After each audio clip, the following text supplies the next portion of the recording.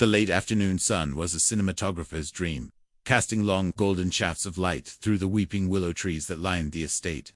It was the kind of perfect day that makes you believe in the manufactured perfection of weddings. As the photographer, my job was to capture that belief, to bottle it up in glossy prints.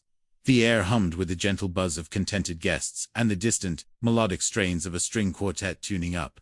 I moved through the manicured gardens, my camera a familiar weight against my chest, an extension of my own eye. I was in my element, orchestrating candid shots, capturing the nervous energy of the groom, Mark, a genuinely good man, with a smile that reached his eyes, and the serene, almost ethereal beauty of the bride. Clara, they looked like the perfect couple, the kind of clients whose photos would effortlessly fill my portfolio for years to come. I had known Mark for years. Through my younger brother, Daniel, they had been friends since college, and it was Daniel who had recommended me for the job. Seeing my brother in a sharp suit, acting as a groomsman, gave the event a familiar, comfortable feel.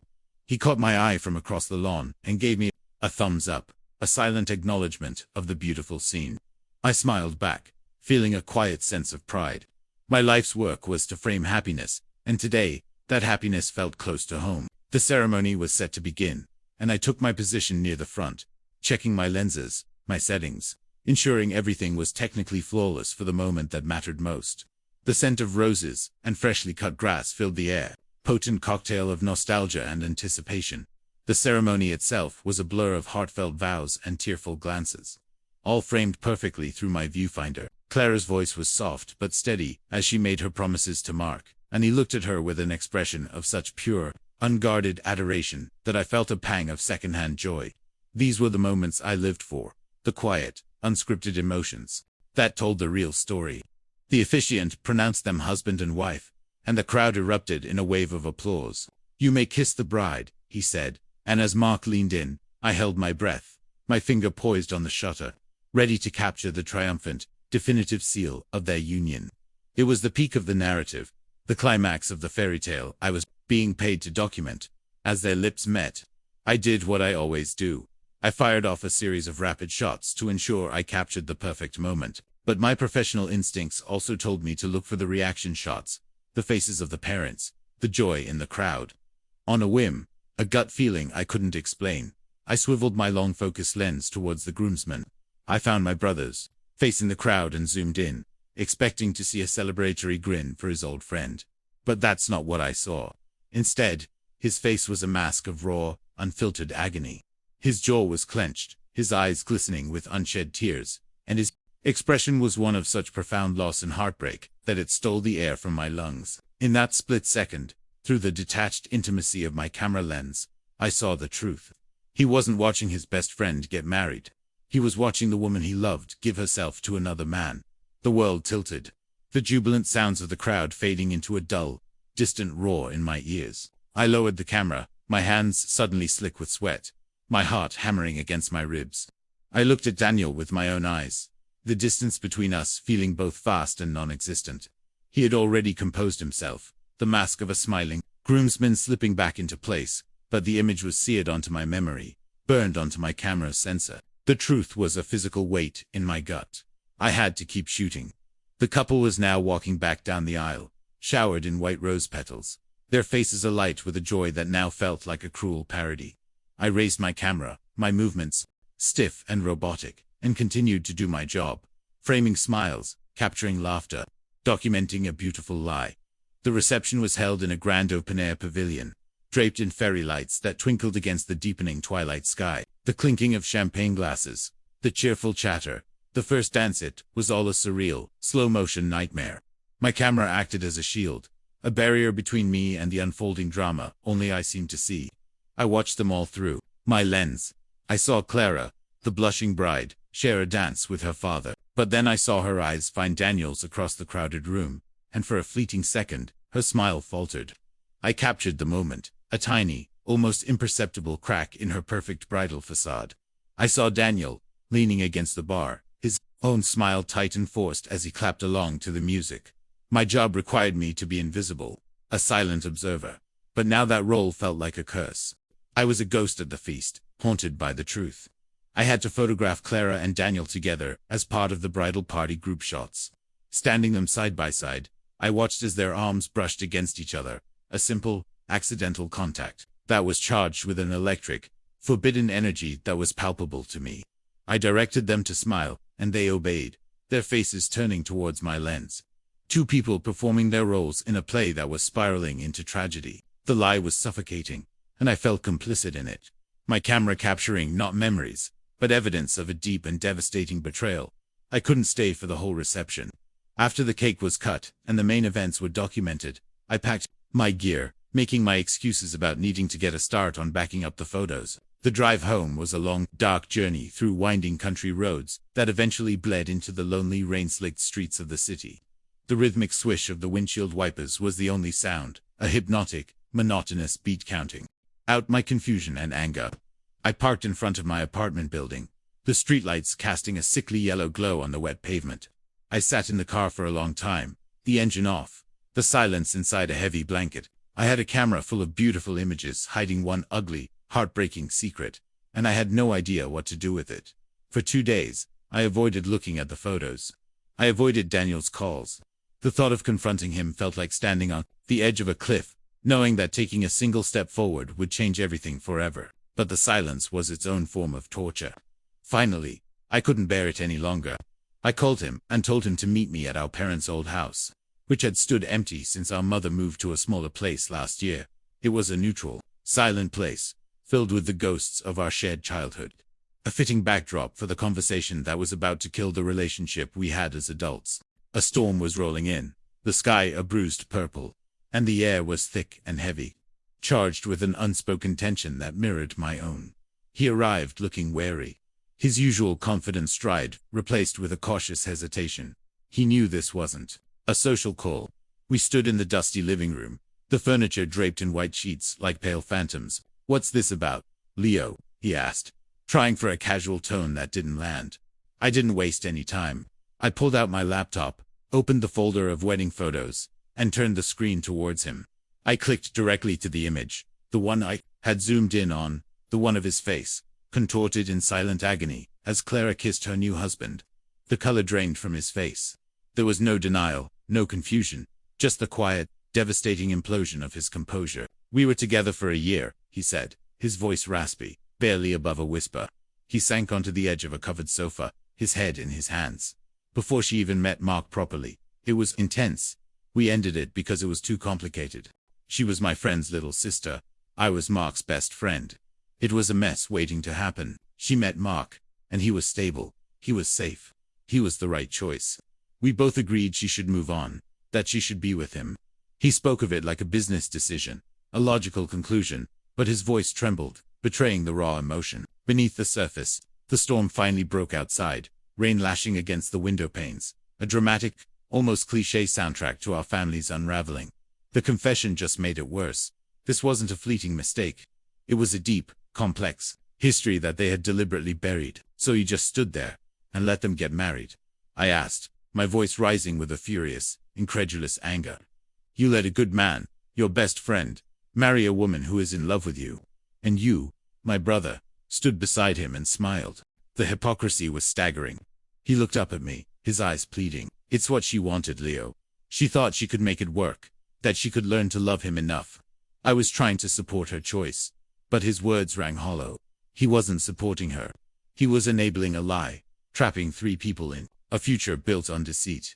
And I was the unwilling custodian of their secret. The burden of this knowledge was a constant, physical ache. Every time my phone buzzed, I expected it to be Mark, calling to ask when the photos would be ready. The thought of speaking to him, of feigning normalcy, filled me with a nauseating dread. How could I look him in the eye? How could I hand over a beautifully curated album of his happiest day, knowing the foundation of that happiness was a lie? My integrity as a photographer, and as a human being, was in conflict. To deliver the photos would be to participate in the deception. To reveal the truth would be to detonate a bomb in the life of an innocent man. I felt trapped, paralyzed by the weight of my discovery. I finally broke down and called Sarah, a fellow photographer and one of my oldest friends. We met at a dimly lit bar downtown, a place where we could talk without being overheard. The city outside was a blur of neon and hurried footsteps, a world away from the isolated turmoil of my dilemma. I laid it all out for her.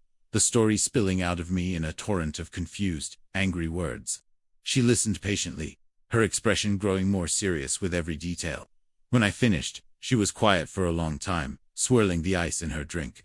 "Leo, this is beyond," she finally said, her voice full of a sympathy that didn't feel like pity. "There's no easy answer here. No right thing to do that doesn't cause a world of pain." She asked to see the photos. Back at my studio, a converted warehouse, loft with exposed brick walls and large windows that overlooked the industrial part of the city. I pulled them up on my large monitor. Under the clinical, unforgiving light of the editing suite, the story was even clearer. Sarah pointed out things I had missed in my emotional haze. A stolen glance between Clara and Daniel during the father-daughter dance. The way Clara's hand lingered on Daniel's arm for a fraction of a second too long during a group shot. "It's all here," Sarah murmured, her voice soft. "You didn't imagine it. You just saw what everyone else was supposed to ignore." Her validation was a small comfort, but it also solidified the reality of my obstacle. The proof was undeniable. Her support became my anchor in the days that followed. She didn't tell me what to do, but she helped me navigate the storm in my own head. "What does your gut tell you to do? Not as a photographer, but as Leo?" she asked. The question forced me to look beyond the professional and ethical dilemma and into the personal one. This wasn't just about a client. It was about my brother and a man I considered a friend. Sarah's role wasn't to solve the problem for me, but to provide the clarity and strength I needed to face it myself. She reminded me that my responsibility wasn't necessarily to Mark, or to Clara, or even to Daniel, but to my own conscience. The path to overcoming this obstacle wasn't about finding the perfect solution, but about finding the one I could live with. After a week of sleepless nights and endless circular arguments with myself, I knew I couldn't move forward without speaking to Clara directly. Confronting my brother was about anger and betrayal, but this was different. This was about understanding. I needed to hear it from her. I sent her a simple, non-accusatory text. "Clara, it's Leo. I need to speak with you about the photos. Can we meet?" She agreed, suggesting a small, quiet cafe in a historic part of the city we never frequented, a neutral ground far from the orbits of our normal lives. The place was quaint, the air smelling of old books and fresh espresso, a stark contrast to the ugly conversation we were about to have. She was already there when I arrived, tucked into a corner booth, stirring a cup of tea with trembling hands. She looked tired, the bridal glow completely gone, replaced by a deep-seated anxiety. I sat down, and for a moment, we just existed in an awkward silence. I didn't have my camera, but I felt like I was still looking at her through a lens, seeing the fear and regret she was trying to hide. "The photos are beautiful, Leo," she started, her voice a little too bright. "You're so talented." The compliment felt like a deflection, a desperate attempt to keep the conversation on safe, professional ground. "Clara, I know," I said, my voice quiet but firm, cutting through the pretense. "I saw Daniel's face at the ceremony. I saw yours at the reception." I know the breath she had been holding escaped in a ragged, shuddering sigh. Her composure crumbled, and she began to cry silently, her shoulders shaking. "I'm so sorry," she whispered, the words muffled by her hands. "I love Mark, I do. Just, maybe not. Not in the way a wife should. Daniel and we tried to end it. We really did. I thought marrying Mark was the right thing to do. I thought I could build a life with him, that the feelings for Daniel would fade. I thought I could be happy and make him happy." Her confession was a tangled mess of good intentions and terrible choices. She wasn't a monster. She was a woman who had made a catastrophic mistake, believing she could outrun her own heart. She told me she had been terrified of hurting everyone, and in her fear, she had created a situation guaranteed to cause maximum damage. "Please, Leo," she begged, her eyes pleading with me. "Please don't tell him. It will destroy him. I can make this work. I promise I can be a good wife to him." Listening to her, I felt a wave of pity wash over me, but it was mixed with a cold, hard clarity. She was asking me to be an accomplice in her deception, to sentence an innocent man to a life built on a lie. Her plea wasn't a solution. It was just another layer of deceit. Leaving the cafe, the city air felt heavy and polluted. Clara's desperate pleas echoed in my mind, but they didn't change the fundamental truth of the situation. I could not be the keeper of this secret. I could not edit a life's worth of happiness into an album for Mark, knowing the core of it was hollow. My personal growth through this ordeal demanded a different kind of action. Not one of exposure or revenge, but one of accountability. The obstacle was no longer just my knowledge, but what I was going to do with it. Deleting the photos felt like a cowardly evasion. Releasing them felt cruel. There had to be another way. I spent the entire night in my studio, not editing, but thinking. The first light of dawn was beginning to filter through the large industrial windows, casting long shadows across the floor, when the decision finally settled in my mind with a quiet, somber certainty. I created a single, password-protected online gallery. Into it, I uploaded only 50 images. The first was the photo of Mark's adoring face at the altar. The last was the photo of Daniel's heartbroken one. In between, I placed every stolen glance, every charged touch, every faltering smile. I created a visual narrative of the truth, a silent, irrefutable story. I then printed a single sheet of paper, with the gallery link and the password dot. My confrontation with Daniel this time was not in the emotional territory of our childhood home, but on the cold, neutral ground of my studio. I handed him the envelope. "I'm not sending this to Mark," I said, my voice devoid of the anger from our last meeting. "And I'm not finishing the official album. This is your truth, Daniel. Yours and hers. What you do with it is up to you. You can bury it and live with the lie, or you can face it. But I will not help you hide it." It was a transfer of burden. I was forcing him out of his passive role as the tragic lover, and into the active role of a man who had to face the consequences of his actions. He looked at the envelope as if it were a venomous snake, his face a mixture of fear and resentment. The fallout was immediate and absolute. He accused me of betrayal, of trying to ruin his life. Our relationship, already fractured, shattered, completely. The phone call with my mother was agonizing. Her confusion and pain at hearing her two sons were no longer speaking, a fresh layer of guilt on the situation. But in the midst of that fallout, I felt a sense of resolve. I had navigated the impossible obstacle, not by blowing up everyone's lives, but by placing the responsibility for the bomb squarely in the hands of the person who had built it. It was a painful, isolating decision, but it was one that allowed me to look at myself in the mirror. I had chosen the difficult path of integrity over the easy path of silence. Months passed. Autumn bled into a cold, bleak winter. The city seemed to hunker down, its vibrancy muted under a constant blanket of gray skies. I kept my distance from everything and everyone connected to that day. The silence from Daniel was absolute, a gaping hole in my life, where my brother used to be. I didn't know if he ever showed the gallery to anyone. I didn't want to know. The not knowing was my new reality, a strange, quiet space I had to learn to inhabit. I stepped away from wedding photography altogether. The thought of framing manufactured joy now leaving a bitter taste in my mouth. My camera, once a tool for capturing happiness, now felt more suited to capturing truth.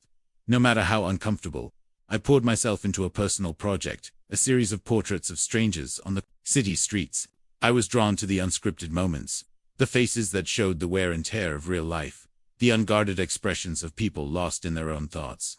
My work became more raw, more honest, stripped of the gloss and artifice I had once specialized. In it was a form of therapy, a way of recalibrating my own lens on the world. I was no longer interested in fairy tales. I was interested in the complex, messy, and often painful reality of the human experience. This new focus was my path forward, a way of turning the trauma of what I had seen into a new artistic purpose. One afternoon, while I was shooting near the old train station, I saw Mark. He was alone, walking with his head down, his shoulders slumped. He looked thinner, and the easy smile that I remembered was gone, replaced by a permanent, weary frown. He didn't see me, and I made no move to alert him to my presence. I just watched him for a moment, a ghost from his past observing the aftermath of a life-altering event. There was no wedding ring on his finger. The sight didn't bring me any satisfaction, only a profound, echoing sadness for all that had been lost. I raised my camera, not out of professional habit, but out of a deep, human instinct. I took a single photo, a portrait of a good man walking alone, framed against the cold, indifferent architecture of the city. That photograph became the centerpiece of my first gallery show. It was a quiet, somber image, but it was the most honest picture I had ever taken. My relationship with my brother remains broken, a casualty of a truth I couldn't unsee. I don't know if it will ever be repaired, but I have found a different kind of peace. I grew not by fixing the situation, but by surviving it with my integrity intact. I learned that sometimes the most important role of an observer is not to look away, but to see things as they truly are, and to find the courage to frame that truth. First for yourself, and then, through your art, for the world.